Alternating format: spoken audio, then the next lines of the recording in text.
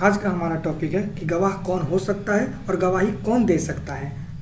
आज हम यही जानेंगे। तो section 1118 of Indian evidence act कहता है कि हर आदमी यानी कोई भी आदमी गवाह बन सकता है, चाहे वो बच्चा हो, बूढ़ा हो, कोई भी हो, पागल हो, गूंगा हो, बहरा हो, हर आदमी कॉम्पिटेंट विटनेस है, यानी हर आदमी गवाही दे सकता है।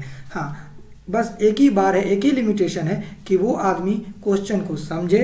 अगर को क्वेश्चन को नहीं समझता है और वो आंसर नहीं दे पाता है तो फिर वो इनकम्पिटेंट विटनेस में बदल जाएगा, फिर वो कॉम्पिटेंट विटनेस नहीं रहेगा। अगर कोर्ट रोकता है किसी को, अगर कोर्ट को ऐसा लगता है कि ये आदमी क्वेश्चन नहीं समझ पा रहा है ड्यू टू टेंडर एज, यानी कम उम्र के कारण नहीं समझ पा रहा है क्वेश्चन, या बुढ़ापे के कारण नहीं समझ पा रहा है क्वेश्चन, या कोई बीमारी के कारण, या कोई अदर मेंटल एक्टिविटी के कारण वो नहीं समझ पा रहा है क्वेश्चन और वो आंसर देने में असमर्थ है, यानी कि आंसर नहीं दे पा रहा है, तो फिर वो इनकम्पिटेंट विटनेस माना जाएगा। अदरवाइज हर एक इंसान कॉम्पिटेंट विटनेस है, गवाह बनने के लायक है और गवाही देने के लिए सक्षम है। ये ऐसा नहीं है कि वो पागल है तो वो गवाही नहीं दे सकता, वो पागल है फिर भी गवाही दे सकता है। तो अब आई होप कि आपको ये समझ आ गया होगा कि कोई भी बार नहीं है, कोई भी गवाह बन सकता है। हाँ, बस कोर्ट उसको रोके ना, यानी वो आदमी क्वेश्चन को समझे और आंसर दे। कोर्ट उसको तब रोक देगा जब वो क्वेश्चन नहीं समझेगा और वो आंसर नहीं दे पाएगा। अब फॉर एग्जांपल एक बच्चा है, छोटा सा 4 साल का बच्चा है। अब वो 4 साल के बच्चे से कोई पूछ रहा है क्या तुमने ये देखा, तो हो सकता है वो बच्चा कुछ बोले ही ना, इसका मतलब वो क्वेश्चन नहीं समझ पाया या आंसर देने में या आंसर नहीं दे पाया, तो फिर इसको इनकम्पिटेंट विटनेस माना जाएगा। लेकिन वही 4 साल का बच्चा है और उसको पूछा जाए कि क्या तुमने इन आदमी को इसको मारते हुए देखा था, अगर वो बच्चा बोलते कि हाँ मैंने देखा था, तो फिर वो कॉम्पिटेंट विटनेस हो जाएगा। तो एज चाहे कुछ भी हो उससे मतलब नहीं है, और चाहे बूढ़ा हो, बच्चा हो, सिर्फ वो क्वेश्चन समझे और आंसर देने के लायक है तो वो एक कॉम्पिटेंट विटनेस है। अदरवाइज जैसे क्वेश्चन पूछ सकता है कि क्या कोई लुएंटी पर्सन एक कॉम्पिटेंट विटनेस हो सकता है, तो हाँ ऑफकोर्स एक पागल भी एक कॉम्पिटेंट विटनेस है जब वो क्वेश्चन को समझ के आंसर दे। जब वो पागल का दौरे में ना हो, वो क्वेश्चन को समझ रहा है और रैशनल आंसर दे रहा है, तो फिर उसको हम एक कॉम्पिटेंट विटनेस मानेंगे। फिर उसका जो पागलपन है उसको हम पागल नहीं मानेंगे, उसको हम एक कॉम्पिटेंट विटनेस मानेंगे, वो उसके गवाह को रिकॉर्ड पे रखा जाएगा।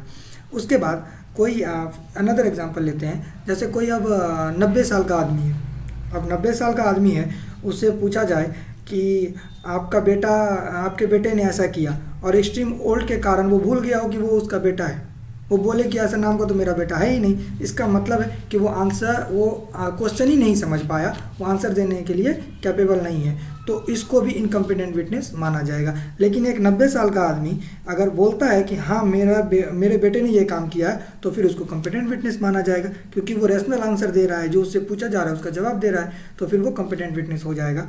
जब तक कि आदमी क्वेश्चन समझ रहा है और उसका आंसर दे रहा है तब तक वो एक कॉम्पिटेंट विटनेस है, चाहे वो बच्चा हो, बूढ़ा हो, या पागल हो, अंधा हो, बहरा हो, कोई भी हो, उससे मतलब नहीं है। बस क्वेश्चन को समझना और आंसर देना यही मैंडेटरी है और यही विटनेस होने के लिए इसेंशियल्स है। उसके बाद सेक्शन 119 कहता है कि जो बोल नहीं सकता, यानी तो वो कैसे अपना गवाही को रिकॉर्ड करवाएगा, यानी कैसे विटनेस हो सकता है, तो वो अपनी बात लिख कर बोल सकता है और या तो इशारा कर बोल सकता है कि और जब वो इशारा करेगा या जब वो लिखेगा कोई भी चीज़ तो वो ओपन कोर्ट में होगा। ओपन कोर्ट का मतलब जज के सामने होगा। ऐसा नहीं है कि कोई गूंगा आदमी है वो घर से लिख के ले आया कि ये चीज़ हुआ था, तो उसको नहीं माना जाएगा। जो भी होगा वो ओपन कोर्ट में होगा, चाहे वो इशारा करे चाहे वो लिखे, तो वो कोर्ट में लिखा जाएगा।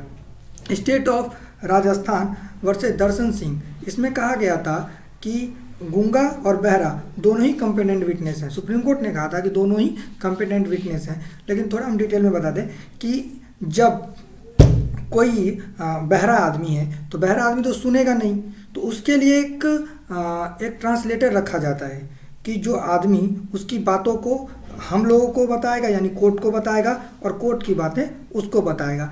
जो ट्रांसलेटर होगा उसका उससे कोई प्रॉफिट नहीं होना चाहिए, यानी बायस नहीं होना चाहिए, नेचुरल जस्टिस को मेंटेन करना होगा, यानी उसका कोई रिश्ता नहीं होना चाहिए उस आदमी से जिसका वो ट्रांसलेट कर रहा है, या फिर उसका उस जिस जिस चीज़ के लिए केस चल रहा है उससे उसका कोई प्रॉफिट नहीं होना चाहिए, यानी इंडिपेंडेंट होना चाहिए चारों तरफ से, वही ट्रांसलेटर बन सकता है। और वो ट्रांसलेटर इनकी जो विटनेस है उसकी बात कोर्ट को बताएगा और कोर्ट की बात विटनेस को बताएगा, इस तरीके से काम होगा। तो आई होप कि आपको समझ आ गया होगा कि विटनेस कोई भी हो सकता है, बस जब तक कि वो समझ रहा है और आंसर दे रहा है तब तक वो कॉम्पिटेंट विटनेस है, अदरवाइज नहीं। चाहे वो एक जवान लड़का है लेकिन क्वेश्चन समझ नहीं पा रहा है, आंसर नहीं दे पा रहा है, तो फिर वो इनकम्पिटेंट विटनेस है। लेकिन अगर एक 4 साल का बच्चा है, 3 साल का भी हो सकता है, अगर बोलना आ गया तो वो भी विटनेस है, उसमें भी वो भी विटनेस हो सकता है। अगर उसने देखा और उसने बोल दिया कि हाँ मैंने देखा, तो उसको भी एक विटनेस मान लिया जाएगा, कॉम्पिटेंट विटनेस मान लिया जाएगा। एक पागल है और वो क्वेश्चन को समझ रहे, तब तक पागल का दौरा उस पर नहीं है। अगर वो बोलता है कि हाँ हमने ये ऐसा काम किया था या हमने ऐसा देखा था, वो भी कॉम्पिटेंट विटनेस हो गया। हाँ, बस वो क्वेश्चन को समझे और आंसर दे दे, बस यही है। वो आदमी गवाह बन सकता है। आई होप कि अब आपको समझ आ गया।